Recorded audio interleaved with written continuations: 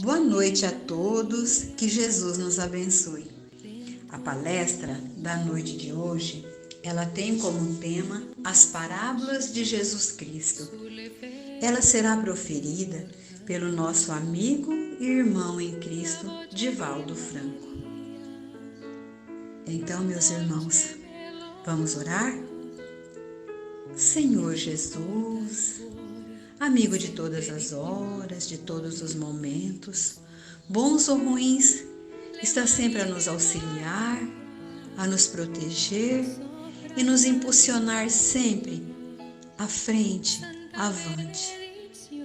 Gratidão ao mentor da nossa casa espírita Caminho da Luz, gratidão aos anjos guardiões que guardam aquele templo de oração com tanto amor, com tanto desvelo.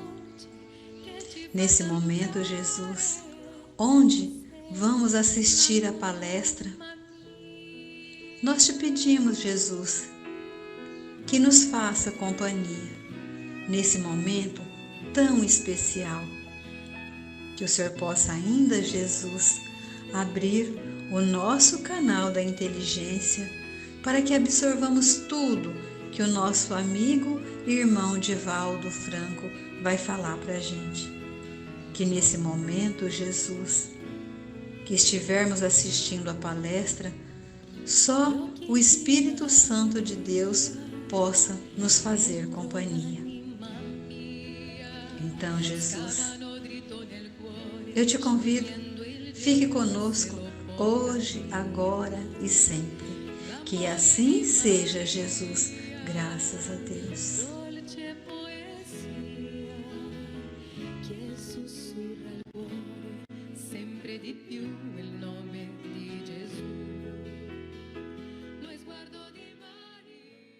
Mas desde há 2 ou 3 meses que me tem vindo à mente a necessidade de narrar uma história.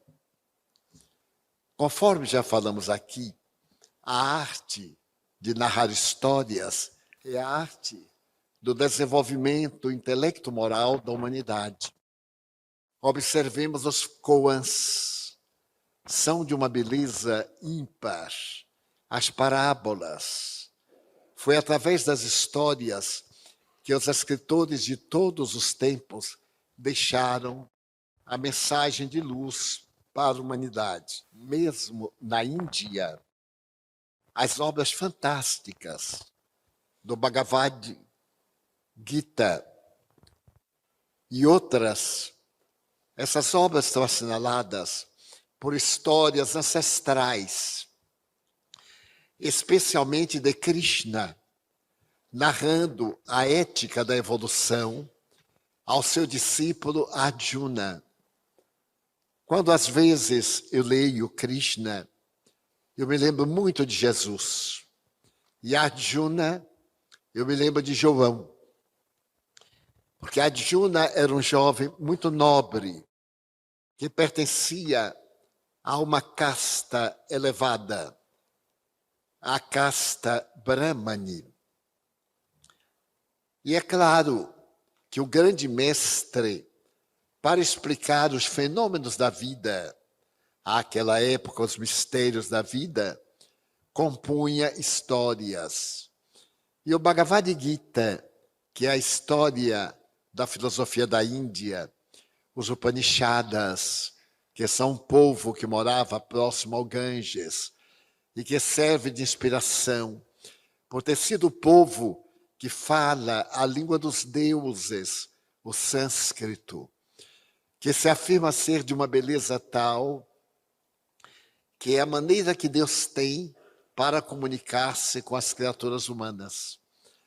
Na tradição humana, as histórias desempenharam um grande papel. No Brasil, por exemplo, herdamos de Portugal as chamadas histórias lenga-lenga, histórias muito interessantes. A formiguinha ia passando e colocou o pé em uma pasta e prendeu. E então disse: pé, faz favor de pedir a pasta para te libertar. E a pasta disse: mas eu dependo do chão. Chão, liberta a pasta, que liberta o pé, que me liberta a mim. E aí vai esse lenga, lenga, lenga, que não acaba nunca.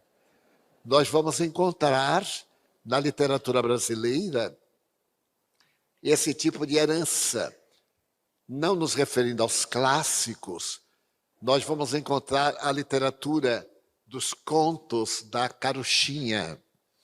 É uma repetição das lindas histórias da mitologia grega, da mitologia romana. A nossa mitologia é muito pobre.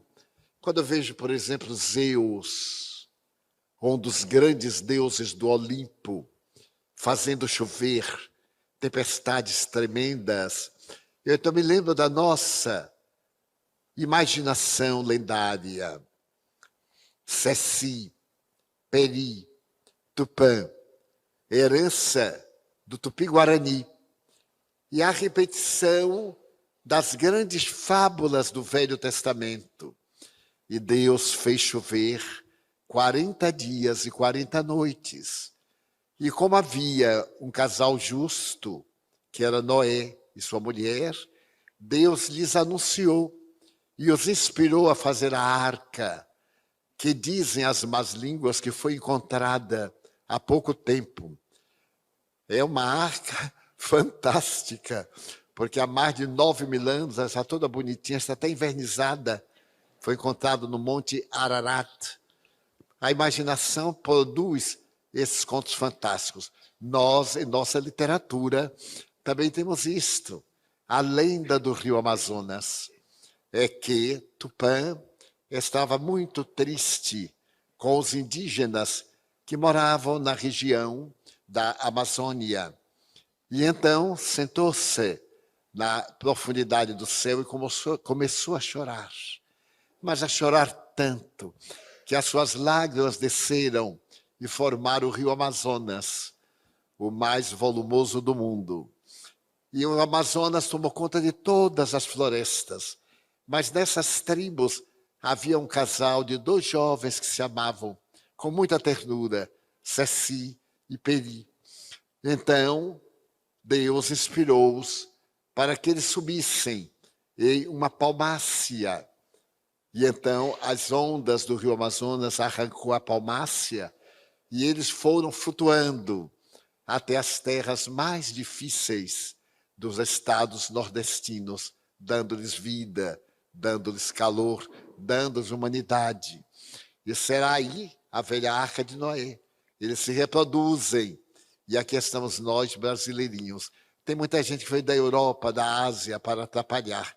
Mas nós, os descendentes de Ceci e Peri, estamos aqui em nossa arca, produzindo as belezas deste céu de anil. Então a história tem um significado muito profundo. E o Evangelho, que é feito de histórias, nem sempre contou todas as histórias que nós gostaríamos de conhecer. Mas há uma história que os Espíritos me contaram a respeito de uma personagem do Calvário. Mas essa personagem do Calvário desempenha um papel histórico muito grande no coração da humanidade. Tudo começa em uma cidadezinha, um lugarejo chamado Nazaré.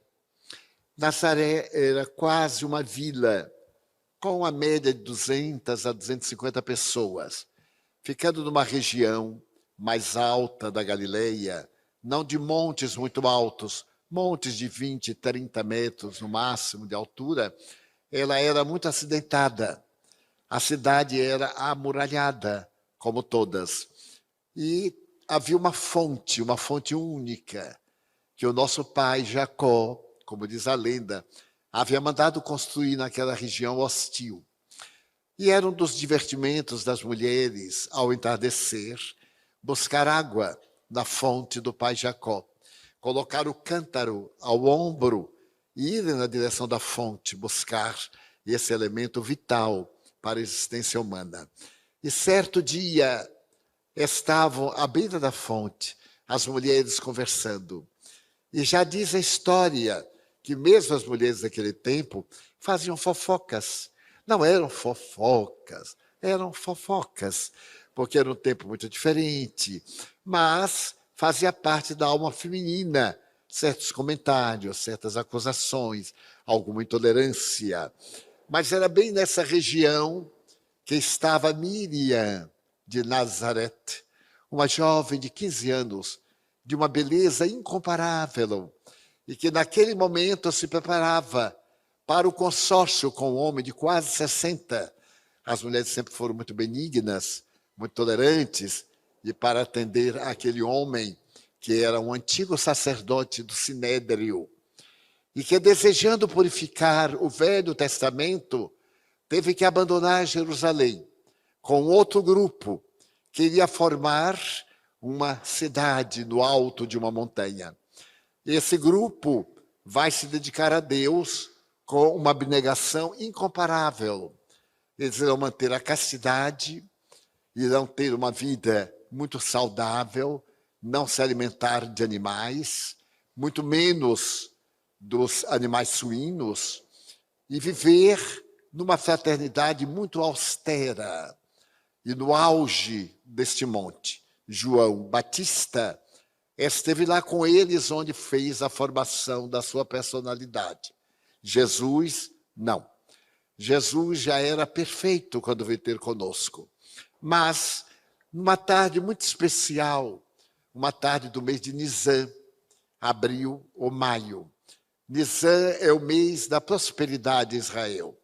As flores são muito mais grandiosas, desde as pequeninas violetas, as rosas de Sharon, as mais famosas do mundo, desde os tamarindeiros enormes que abrem as suas flores diante do mar para a produção de frutos, as laranjeiras de Jericó, considerada a cidade das águas, dos córregos, a cidade fabulosa em que as criaturas puderam construir um mundo de beleza às margens do deserto. E quando a jovem Maria chega à fonte com seu cântaro também, ela percebe que Isabel, que era sua prima de primeiro grau, estava muito encolerizada e falava de uma maneira ríspida e perversa. Mas ali entre os sicômoros são árvores coníferas e as velhas figueiras, tudo era encantamento. Mas Isabel estava falando muito alto e falava a respeito de Dimas e dizia com a sua voz rouquenha: Dimas é um ladrão. É uma criança, mas é um ladrão. E a mãe dele é mãe de um ladrão. Nesse momento, uma mulher muito dedicada e muito amiga descia com o cântaro ao ombro e ficou ao meio do caminho quando ouviu falar o nome do seu filho, Dimas. Mais de uma vez, então ela aguçou o ouvido e se escondeu atrás de um sicômoro para não ser vista e escutou a palavra dura de Isabel. Isabel era muito dura. Ele é um ladrão. E o pior é que a mãe dele é a mãe de um ladrão. É conivente, porque há pouco tempo ele roubou a funda do meu Iocanã, do meu João, e não a devolveu, nem a mãe. Era dever da mãe, ao encontrar um objeto que não pertencia ao filho, procurar se indicar e fazer devolver. Então, aquela mulher que estava ouvindo sentiu um frêmito pelo corpo. Ela amava o seu filho, ele tinha 5 anos apenas. E ela o amava.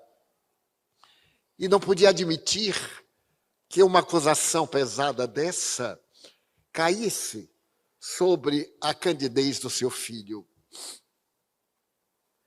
Ele era uma boa criança, dedicado, e sempre lhe dizia: meu sonho, mamãe, é ficar rico. E quando eu ficar rico, eu vou comprar um palacete bem no alto de Jerusalém, depois da Porta Formosa, e colocarei você como rainha.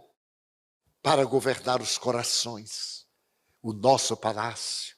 Dizia ele na linguagem infantil, será um palácio de todos, rico de festas, porque eu tenho no coração que é chegada uma época de alegria, de paz para Israel. E eu sinto que ventos perpassam os meus ouvidos e se transformam em música deliciosa para o meu coração. E ela se emocionava, qual a mãe, que se não emociona como a suave canção de um filho de 5 anos, canção dessa natureza. Mas ali estava uma acusação terrível. E ela começou a recordar-se. De fato, João, naquela semana estivera com uma funda, um objeto que as crianças usavam para tirar pedras. E ela lhe perguntou a quem pertence. E ele disse a Iocanã, a João, ele me emprestou. E claro, ela acreditou, porque as crianças se emprestam, se tomam umas das outras, mas a acusação terrível. Então voltou com o cântaro vazio. E chegando a casa, encontrou o filhinho brincando. Chamou com severidade e perguntou-lhe pela funda. Ele disse, eu não sei o que fiz. Você, por acaso, não a roubou? Ele arregalou os olhos. E ela, tomando do tamanco de uso, aplicou-lhe nas mãos várias vezes. Agora vai entregar ao filho de Isabel o objeto que você roubou dele. E ele chorando disse que não havia roubado. Não havia emprestado ao outro. Era tão natural, tão comum. Quantas coisas também ele fazia. Mas ela, na viuvez, sendo pai, mãe, desejava dar uma educação irretocável. E obrigou o menino a ir dizer-lhe, aqui está o que eu lhe roubei. Do contrário, ela iria com ele como testemunha. E porque ele se recusou, ela segurou pelo cogote e levou até a casa de Isabel, que estava acendendo a lamparina de barro vermelho. E obrigou Dimas a entregar o objeto e usar essa frase, eu roubei de você. Aqui está. E Isabel, triunfante, olhou para ela com censura e a amargura tomou conta do seu coração. Para toda uma vida. Tamar era uma mulher nobre, mas era uma mulher sofredora. O matrimônio dera-lhe o filho único. E logo depois as febres, que seria o impaludismo, as febres do deserto, arrebataram-lhe o esposo. E a viúva, naquela região, era muito vigiada e até quase desprezada. E era necessário trabalhar muito para manter com dignidade a sua casa modesta. Quantas vezes faltava o óleo na lâmpada de barro vermelho e pavio de algodão para iluminar a noite. Mas ela se mantinha estoica, devotada e era muito fiel a Jeová. Passaram-se muitos anos. E ela estava em um monte. Era a hora quinta. Era quase às 16 horas. E naquele momento, no Monte da Caveira, porque Gólgota significa caveira, estavam as 3 cruzes erguidas. O homem do meio estertorava. De um lado e do outro, os 2 ladrões crucificados, Giestas e Dimas. Dimas olhava para ela e não tinha o que argumentar. E ela olhava para o filho, quando, de repente, Dimas virou a cabeça para a esquerda e falou ao homem da cruz do meio, Rabi, lembra-te de mim quando entrares no paraíso. E aquele rabi atormentado, com as pastas de sangue na face, a coroa de espinhos cravada sobre a testa, na cabeça em geral, moveu a cabeça lentamente e, olhando para ele, disse: em verdade, vírgula, em verdade te digo hoje, vírgula, estarás comigo no paraíso. Era uma promessa. Não era no paraíso imediato, porque afinal ele era um ladrão. Mas um dia, mesmo ladrão, ele desfrutaria das bênçãos daquele paraíso que o homem do meio veio trazer. Então Tamar cobriu-se com o manto e chorou convulsivamente. Naquele estado de solidão e de angústia, ela sentiu que alguém lhe colocou a mão nos ombros. E uma voz muito meiga lhe falou ao ouvido: é teu filho, aquele da direita? Ela balançou a cabeça. É meu filho. Mulher, se meu filho, o do meio, disse ao teu filho que ele estará no paraíso, não duvides, porque aquele do meio é o Filho de Deus. E ele veio para que a esperança nunca desaparecesse da terra. Então, mulher, Tamar abriu desmesuradamente os olhos,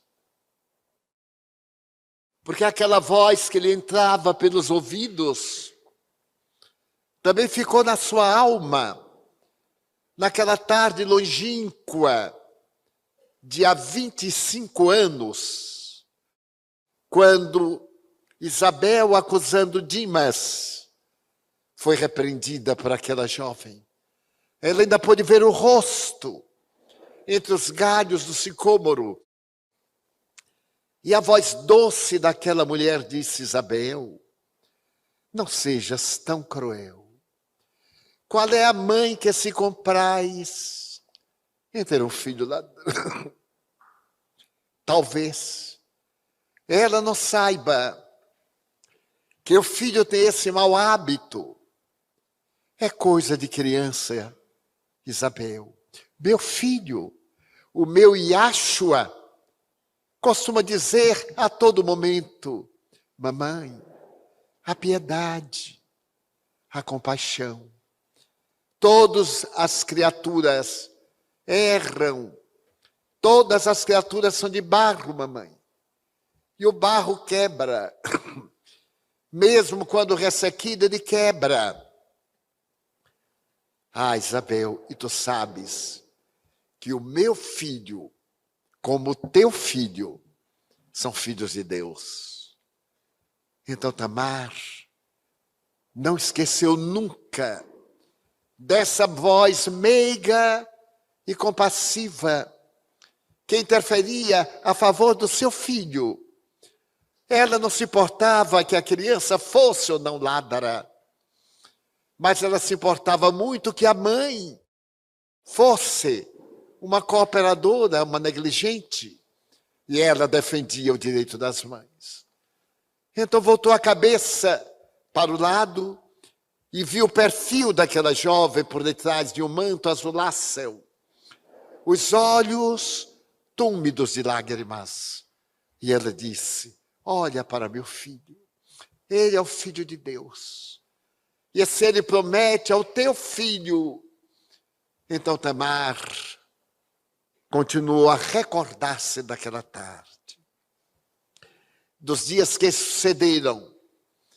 Dimas havia lhe confessado depois que sim, ele havia furtado a funda de João. E ela docemente, pegando nas mãos pequeninas, dizia-lhe de que isto é um crime.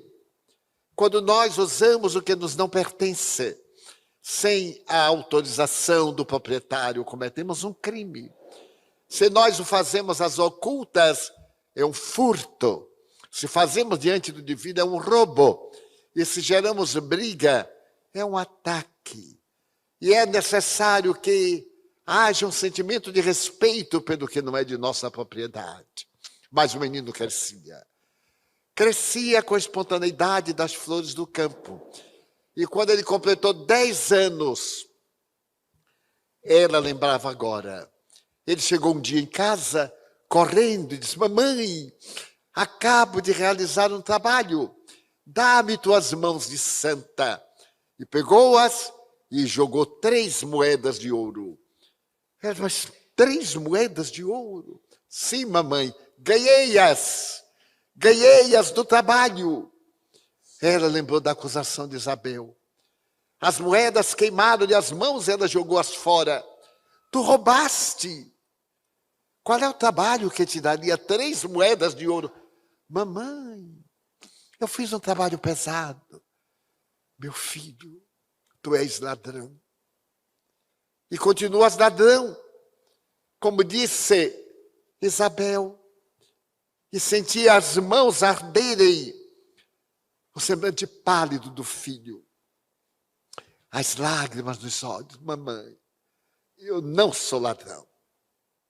É, meu filho, meu coração de mãe me diz que tu és ladrão. E ele ficou muito triste. A partir daí, houve um rociar naquele amor tão profundo entre filho e mãe, entre mãe e filho. Ele viajava periodicamente acompanhando caravanas e voltava trazendo os resultados das grandes peregrinações. E ela sempre achava que ele era um assaltante. Falava-se de quadrilhas que ficavam no vale do Armagedon e assaltavam as caravanas. A polícia de César não conseguia prendê-los, porque se refugiavam das brechas da montanha. A polícia de Herodes Antipas também não conseguia nada. E agora Jerusalém estava em perseguição, porque entre os bandidos alguém assassinaram um romano. E era natural que a vida romana valia muito, e que César exigia 10 judeus, como mais tarde o nazismo, devidas para substituir a que fora assassinada. E ela temeu. Temeu que fosse o seu filho. Ele estava com 15 anos, era um homem. Ali a raça hebreia desenvolvera-se em toda a plenitude. E ele era de uma formação quase gigantesca. Os olhos eram grandes.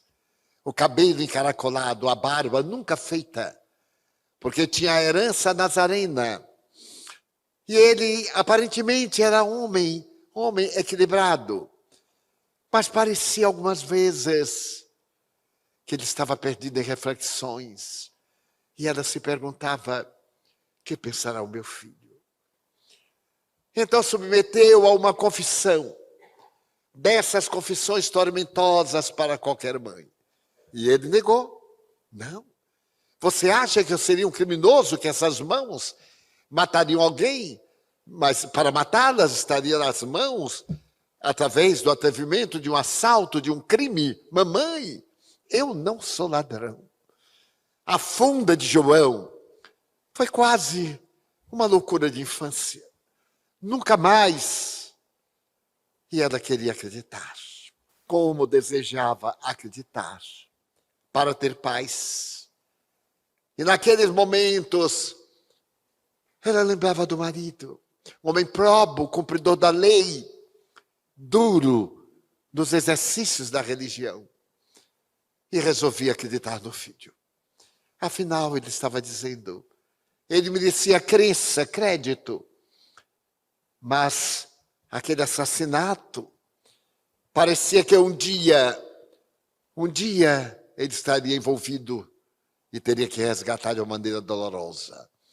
Mas logo mais era um rapaz de 18 anos. Realizava a viagem de 3 meses ou de 12 luas. E voltava. trazendo tecidos raros, gemas preciosas, que ela não tocava, trazendo conforto. E agora, ele estava enamorado de Esther, uma jovem hebreia de uma beleza incomum, de cabelos longos na tonalidade do mel, de olhos transparentes, o corpo de uma ninfa. E ele estava apaixonado e dizia à mãe, ora, isso era no ano 32. Ah, mamãe, eu vou fazer a última viagem. E nessa viagem que eu vou demorar, eu trarei o tesouro para comprar o castelo, o palácio que eu lhe prometi. E casando-me com Esther, proporcionar-lhe toda a felicidade. E ela olhava para a segurança com que ele falava. A certeza, as notícias dos furtos, dos roubos, dos crimes no vale continuavam. E ela sempre ligava a figura dele, mas nunca o vira com alguém de má vida. Nunca. Com nenhuma pessoa de caráter suspeito. Nunca. Queria acreditar. Mas havia algo profundo na sua alma que a atormentava cruelmente. E lembrando-se daquela última vez que ele partiu e deu uma joia expressiva para Esther, ergueu-a nos braços fortes e disse, mamãe, tu serás a rainha dos anjos de nossa Israel querida.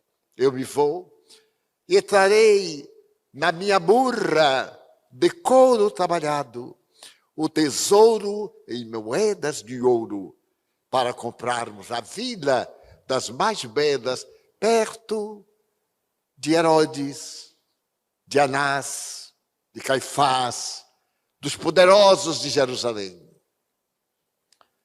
Ali estava ele. Era mentira. Era tudo mentira. As viagens eram para atacar as caravanas. E as moedas que ele prometia trazer de ouro é porque um tesouro ia ser mandado para Tibério César em Roma. Tibério estava no auge do poder e Roma dependia muito de Pilatos, que chegou um dia a mandar uma barca coberta e referta de ouro. Que naturalmente ele foi um daqueles assaltantes que no vale imenso travou a luta, mas dessa vez a soldadesca que precedia a arca com o tesouro, a que acompanhava e a que ia atrás, unidas, surpreenderam os malfeitores. E o chefe deles era Dimas. Ali estava o filho amado. Toda a vida foi uma ilusão. Toda a vida era essa certeza dolorosa. E então, quando o homem do meio na cruz disse, um dia eu te darei o reino, ela converteu as lágrimas em um sorriso de esperança. Porque ele ia ser crucificado, morto, ali naquela cruz em que estava. Mas ia ter o paraíso. E ela iria trabalhar para ganhar o paraíso também. Ela que tanto sofrera e desfrutar da companhia do filho amado, sem a presença trágica do crime. Nessas reflexões, chegaram alguns guardas do templo, com macetes na mão, para arrebentar as pernas de Dimas e de Gestas, para que morressem com brevidade. Então, Tamar viu o filho urrar de dores. As energias escapavam, as pernas arrebentadas e expostas, transformadas em fontes hemorrágicas. Ele estava quase desfalecente quando Maria, A estranha jovem que acariciou gritou: meu filho, meu filho, meu filho, que te fizeram os homens? E ele, o da cruz, no meio, ofegante, com o tórax projetado para frente e recurvado, falou numa voz dolorosa: mulher. Era a primeira vez que ele a chamava mulher, não minha mãe. Eis aí o teu filho.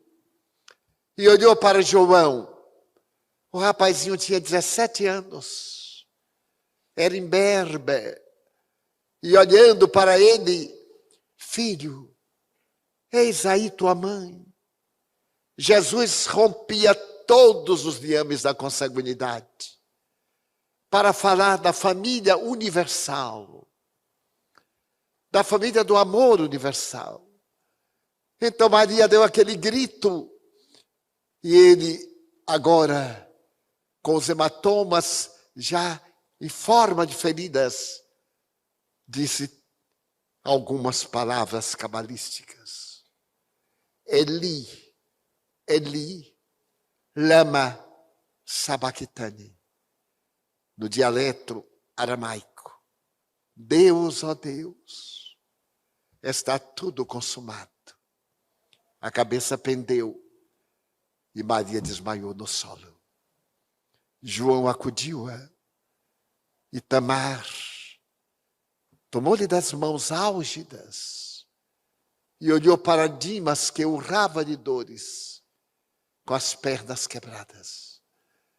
E diferente do que disse o homem, ele gritou: mamãe, eu sou ladrão, perdoe-me.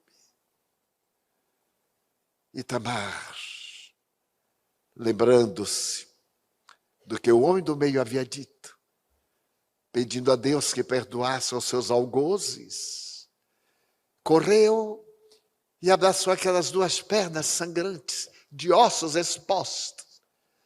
A cabeça dele havia tombado.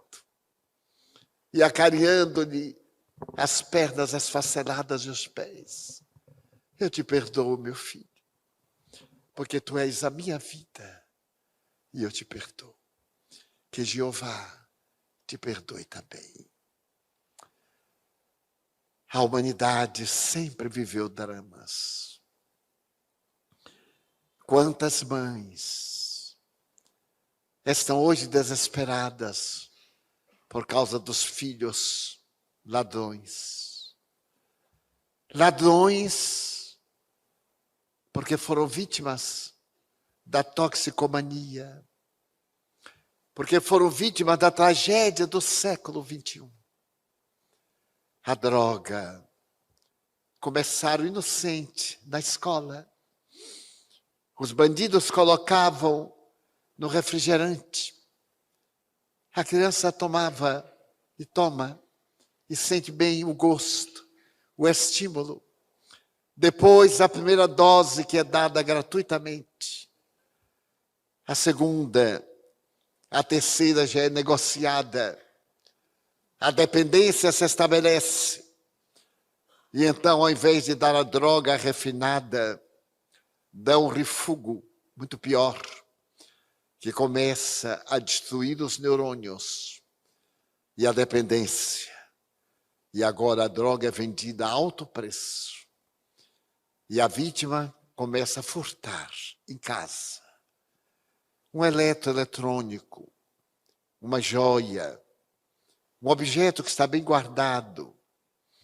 Depois, algo maior. A loucura está nos olhos. Vai para a rua, estupra, esgana, assalta. E naquela alucinação em que os fantasmas, os monstros aparecem na sua mente, voltam-se para a vítima e veem-na como ser diabólico. Então matam a vítima. Então esse grande monstro, que é a drogadição, e que está muito perto da nossa casa, talvez dentro de nossa casa, exigindo muito cuidado, principalmente das mães. olharem embaixo dos colchões, na fronha do travesseiro. Confiarem, mas vigiarem. A conduta do filho. Olharem os olhos, para ver se por acaso há alguma dilatação dos vasos capilares, se há vermelhidão, que já é a cocaína, se há o olhar semicerrado, parecendo o peixe na metade do olho, que é a maconha, uma palidez para o tom amarelo esverdeado, é o crack, a mão úmida,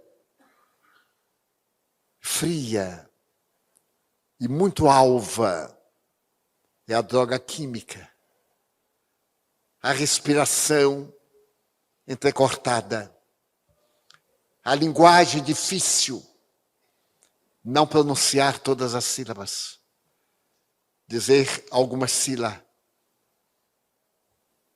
é a droga, é o demônio que entrou em casa, é Dimas, que é provável que usasse alguns estimulantes da época, porque sempre houve as drogas químicas, as ervas más.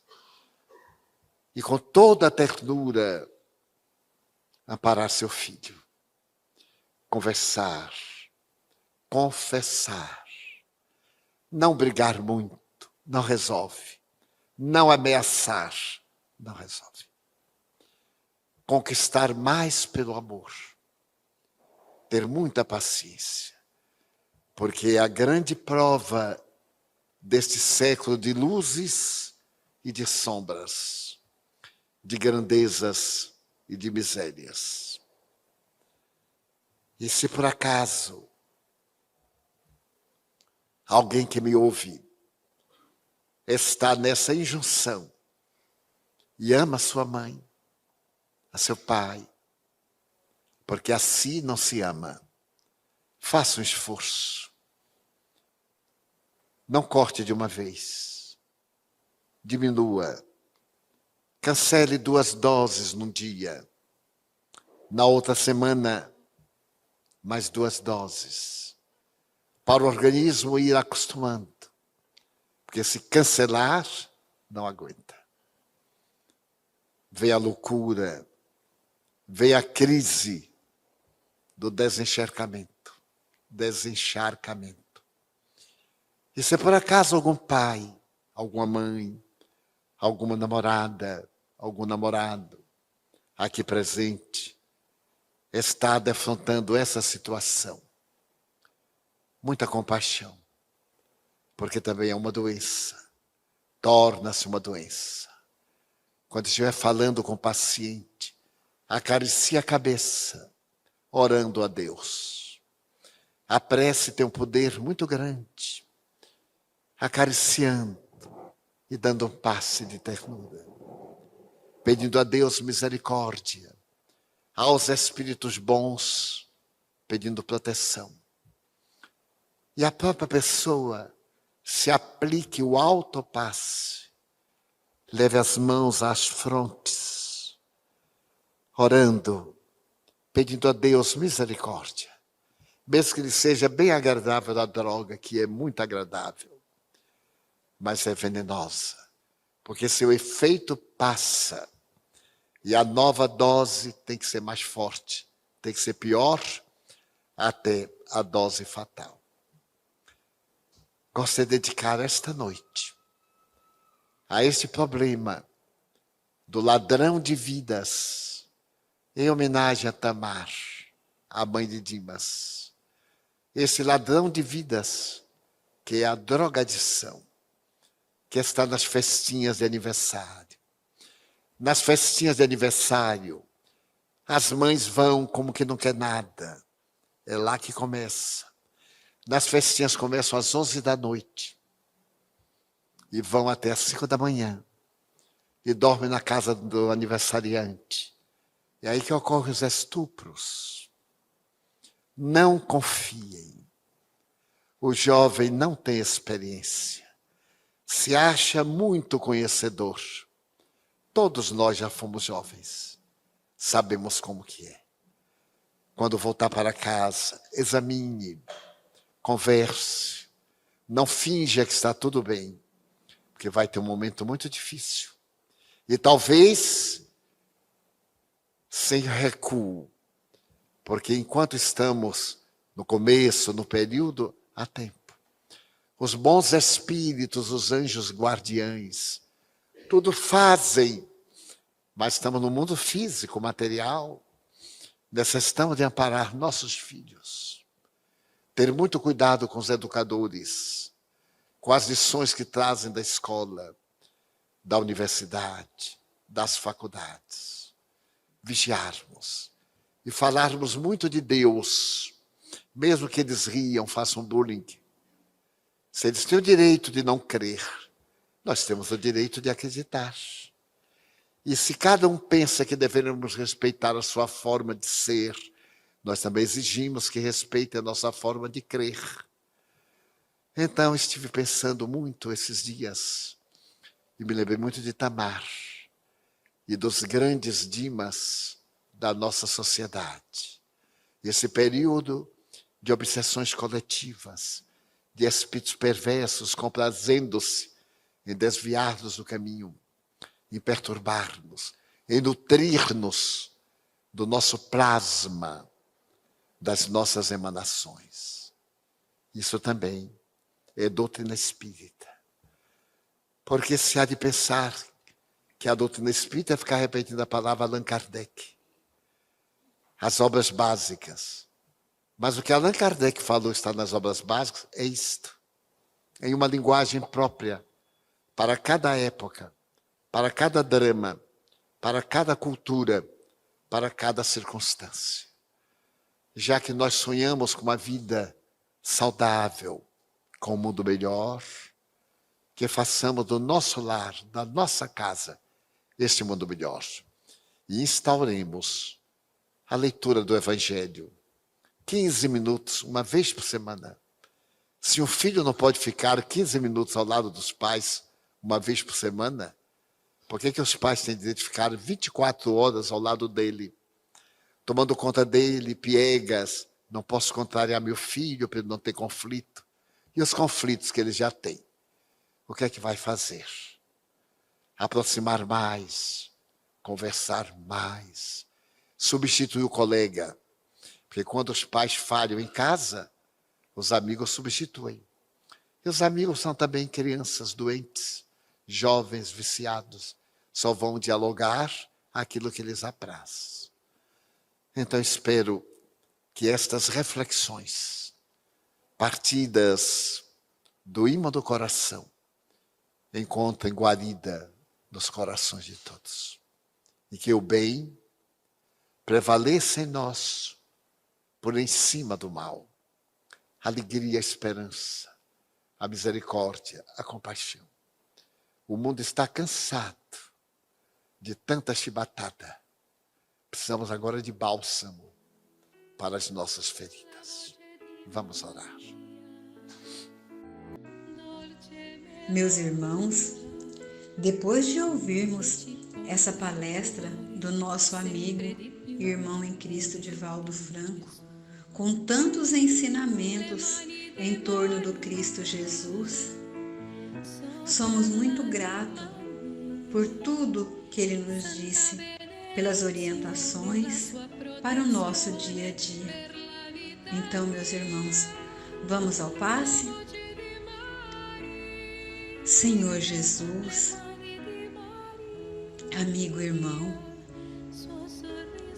estamos nesse momento todos aptos a receber a dádiva do passe. Passe esse que será luz, que será amparo, que será cura para as nossas vidas. Nesse momento, Jesus, aonde o Senhor estende sobre nós os seus braços amorosos e suas mãos estão posicionadas sobre as nossas cabeças. E de suas mãos, Jesus, vão sair fluidos de energia salutar, renovadora e curativa. Energias essas, Jesus, que vão sair de suas mãos diretamente para aqueles lugarzinhos nossos onde não está muito bom. Está precisando, Jesus, de paz, de calma, de tranquilidade, de amor e principalmente, Jesus, de muita fé. Pois o tempo, Jesus, vai passando com tantos acontecimentos, a nossa fé vai ficando um pouquinho diminuída. Mas nós sabemos, Jesus, que podemos conseguir forças em Ti, pois só o Senhor Jesus sabe onde dói em cada um de nós, em cada um dos seus filhos. Ainda, Jesus, nesse momento, estamos todos no aconchego dos nossos lares. Que o Senhor possa, Jesus, passar sobre os nossos lares, em volta deles, um cordão fluídico, luminoso, de energia protetiva e cuidadora.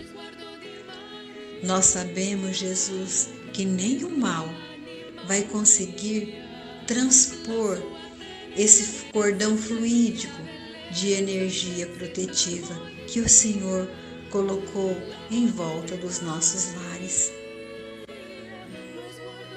Eu ainda pego, Jesus, todos esses meus irmãos que acabaram de assistir a palestra e coloco nos seus braços amorosos, pois o Senhor vai envolvê-los num abraço curativo. As nossas águas, Jesus, estão expostas sobre a mesa, que o Senhor possa colocar nelas o remedinho necessário para que continuemos o nosso tratamento. Então, Jesus, nós te convidamos, continue conosco hoje, agora e sempre. Que assim seja, Jesus, graças a Deus.